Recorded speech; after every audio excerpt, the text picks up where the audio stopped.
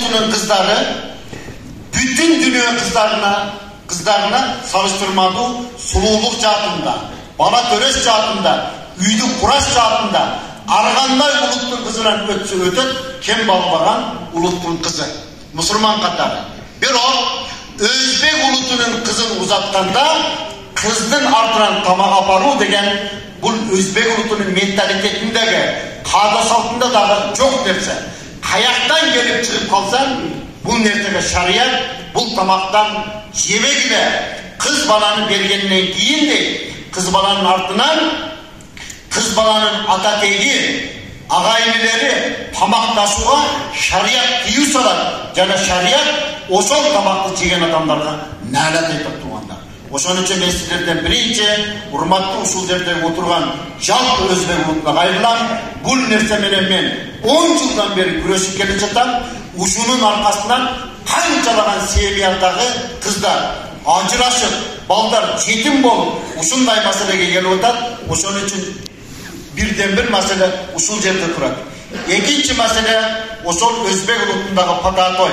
Пататойго барганда алып барган себеттин үстүнө коюлган акча, жанагы нерсени мындай жакында показуха, көз көргөзмөгө. Эми ошол жерде биринин себетинен бирини өтүп мактанып, ошол тойдун аркасындагы жаңжал ажырашууга деле алып барып атат. Ушул дагы эң чоң ысырапкорчулуктардын атасы. Андан кийинки айта турган маселе өзбек улутундагы kızdı bergenden keyin kız törөгөндө ata gördü деген бар. Ata gördüge atası kelin taraftan ne kılar? Kaynene деген canı var.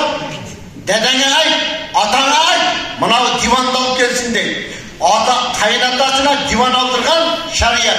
Tüyü salar. Gerek olsa özündür pulunu alıp ananı sol divanga jaktın deyip. Kaynatanın puluna alıngan divalga gerek olsa üyge alıp kirgende güye olanın жатышқа да құқы жоқ. Еркек болсаң, кайнатаңа акчаңды берип коюп, анан ошол диванга чыксаң, жарашат. Эми урматтуу мусулман бир туугандар, андан кийин айта турган маселе бүгүнкү күндөгү эң негизги маселе ресторандагы той топо. Бул ресторандагы жасалган дасторкон, кылынган катар салат. Мына казиятка суроолор келип атат. Каздамылла, ресторанда адамдар кеткенден кийин салаттар ачып баратат, мусорга төгүп атабыз. Ушул кандай болот дейт. Урматтуу мусулман бир туугандар, ар бир нерсенин камалы бар, ар бир нерсенин завалы бар дейт. Ар бир нерсенин толуп жетилиши бар, ушул нерсенин жок болушу бар. Бүгүн куттуу өлкөбүз Кыргызстандагы эркиндик, диний эркиндик, токчулук, умра, ажылык, бүткүл дүйнөгө сапар, саякат жана кала берсе ар кандай мындай чекинде көз караш эркиндиктин чегарасынан аша берилип жатат. Бир гана нерсе токчулукка шокчулук кылбастан шүгүрчүлүк кылып, куттуу өлкөбүздөгү каада салтты сактап, ата бабаны сыйлап, ысырапкорчулукка жол бербестен ушул тартипте кармап кетсек, эч бир үйдө жаңжал да, жамандык да болбойт.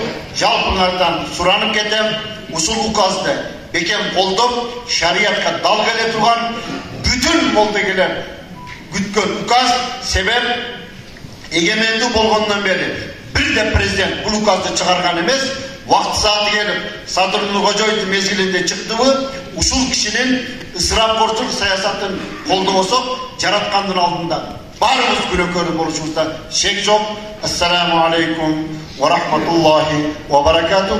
Суроолор болсо жооп берем иншалла. Бұл бүгін ушул жерде отурган диний кызматкерлердин 30 жыл бери ушул Кур'ан аятынан тафсирин түшүргөндөн берки жасап жаткан эмгегин бүгүн үзүлдү деп билебиз. Алла Кур'анда күнү башылап баратышты. Жегиле ичкиле ысырап кылбагыла, ысырап кылуу арам.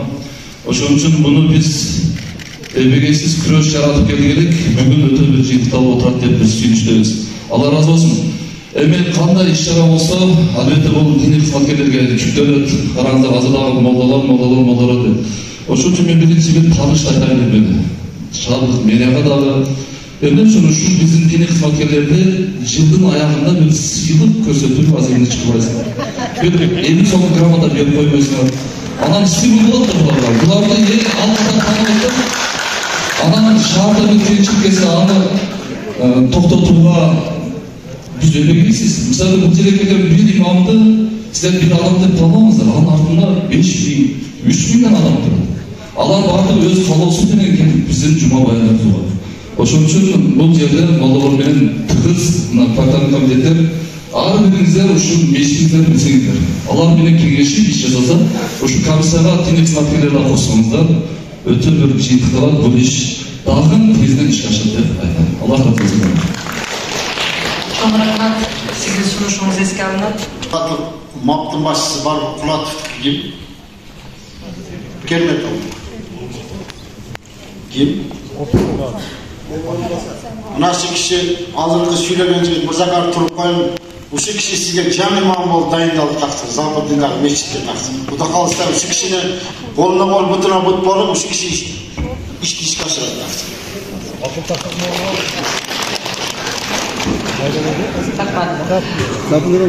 Эгер башка пикирлер, сунуштар болбосо, Алмаз Шемекчерде жалпы ушул жарылган карашы боюнча өзүбүздүн тапшырмаларыбызды анан жыйынтыктоочу сөздү айтып өтсөңүз. Саламатсыздарбы, катышуучулар.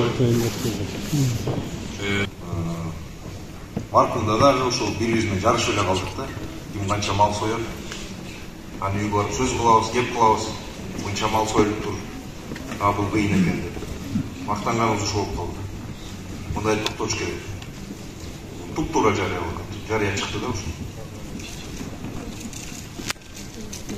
Эми өлүм билинбей кирет. Ага эч кимди даярданбайт. Күтүүсүздөн келет. Колунда бар, балын соёт, колунда жогу, кредит алат, карыз алат. Ошо элден калбайт, сөз болбойт. Вот президенттин жарыялары ушул туп-туура чыкты да. Ушундай нерселерди кетиш керек, алыпташ керек. Токтош керек мындай нерселерди. Анан мына Убайдуллаевич ажыда айтып кетти, ушул МАПта мына биякта мечиттер бар, мечиттин казы имамдары бар. Ушул имамдар менен чогуу МАПтарга дагы ушул дамкомдор, квартальныйлар эл менен мындан ары дагы иш алып бардылар ушул. Ар бир МАП. Анан бул жерде урматтуу жетекчилер, өзгөчө ушул жерде жетекчилер отурасыңар, интеллигенция отурасыңар. Өзүңөрдөн башташыңар керек. Өзүңөр мындай пример болуш керек башкаларга. Силерге да айтып кетем. Өзүңөр отуралы эт жебеңиз. Сойдуп алып. Баары бирдей болот. Өзүңөрдөн баштагыла ушул. Силер дагы жетекчи. Сиздер ушул кызматтык милдетиңиздерди аткарууда гана эмес, ошондой эле турмушта жалпы кабыл алынган адеп ахлактык ченемдерди, үрп адаттарды жана элдик каада салттарды сыйлоодо катардагы жарандарга үлгү болууга силер тийишсиздер. Силерден өзүңөрдөн баштагыла ушул нерсени. Анан бүгүнкү жыйынды жыйынтыктап жатып, күн тартибинде каралган жарлыкты ишке ашыруунун камсыз кылуу максаттарында төмөндөгү протоколдук тапшырмаларды берем. Биринчи, социалдык өнүгүү бөлүмүнө үй бүлөлүк, мааракелик салтанаттарды, маркумду эскерүү, үрп адаттарын жана маркумга арналган иш-чараларды өткөрүүнүн тартиби жөнүндө жобону иштеп чыксын жана аткарууга алуу боюнча иштерди координацияласын. Экинчиси, шаардык чарба жана транспорт бөлүмүнө, муниципалдык аймактык башкармалыктардын башчыларына, аксакалдар жана аялдар кеңештеринин төрагалары, Кыргызстан элдеринин ассамблеясынын Оштогу бөлүмүнүн жетекчилигине, шаардын казысы жана жаштар комитеттери менен биргеликте калк арасында кеңири түшүндүрүү иштерин бекитилген график боюнча биргеликте жүргүзүү милдеттеринде билсин. Аткарылган иштер боюнча социалдык өнүгүү бөлүмүнө жума сайын маалымат берилип турсун. Үчүнчү, коомчулук менен байланыш кызматына Ош шаарынын мэриясы тарабынан аткарылып жаткан иш-чараларды массалык маалымат каражаттарына чагылдырсын, жарлыкты ишке ашыруу боюнча шаар тургундарынын жана жаш активисттердин катышуусунда телеберүүлөрдү жана маалыматтык кампаниялар уюштурулсун. Төртінші, Ош шаарынын казиятына жума намаздарда үй бүлөлүк мааракелик салтанаттарды, маркумду эскерүү, үрп адаттарын жана маркумга арналган иш-чараларды өткөрүүдө ысырапкерчиликке жол бербөө боюнча жааматтардын арасында түшүндүрүү иштери уюштуруу сунушталсын. Бешинчи, коргоо, коомдук тартипти сактоо, өзгөчө кырдаалдар жана укуктук камсыздоо бөлүмү жана укук коргоо органдарына жарлыктын аткарылышы боюнча системалуу түрдө мониторинг жүргүзүү, көзөмөлгө алуу жана кызматтык маалыматты Ош шаарынын мэриясына берилип турсун.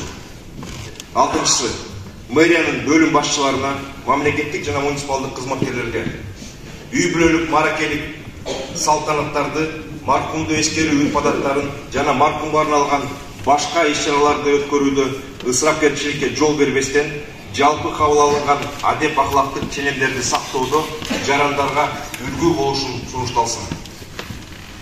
Жетинчи, бул Венера Кадышева сизге кайрылат. Жарлыктын аткарылышы боюнча алынган маалыматтарды жума сайын жалпылап Кыргыз Республикасынын президенттик администрациясына берилген тартипте жиберип турууга маалыматтын баардыгы. Бул жерде жанагы Балтагул Атокурович айтканды эске алгыла. Ушул туура мен да ушуну колдойт элем. Бардык жерде бул бирдей болуш керек. Биз өзүбүздүн сунушубузду, өзүбүздүн тартибибизди иштеп чыгып, ошол администрация сунуштап, ошол жерден бир идимдүү, бирдиктүү бир мындай бир иш план иштелип чыкса жакшы болот деп ойлойм. Бардык жерде ошол бирдей болгондой болот. Урматтуу жыйындын катышуучулары, берилген тапшырмаларды өз мөөнөтүндө так аткарылышын камсыз кылыңыздар. Андан кийин кулактандыруу бар. Ушул өзүңөр билгендей жакын арада 1 марттан бүгүндөн баштап 31 майга чейин жакшылдандыруу, көрктөндүрүү жана санитардык тазалоо боюнча жазгы 3 айлык жарыяланды. Буга чейин болуп жүргөн, быйыл да ошол болот. Ушуга катышкыла, шаарыбыздын тазалыгын сактайлы, шаарыбызды жакшылдандыралы. Жакында эле 10 000 көчөт тигилди. Зеленстройдо дагы 25 000 көчөт бар. Ошонун баарын 3 айдын ичинде ошол отургузуп, тигип, сугарып, ошол шаарыбызды жакшылдандырып жүрүш керек.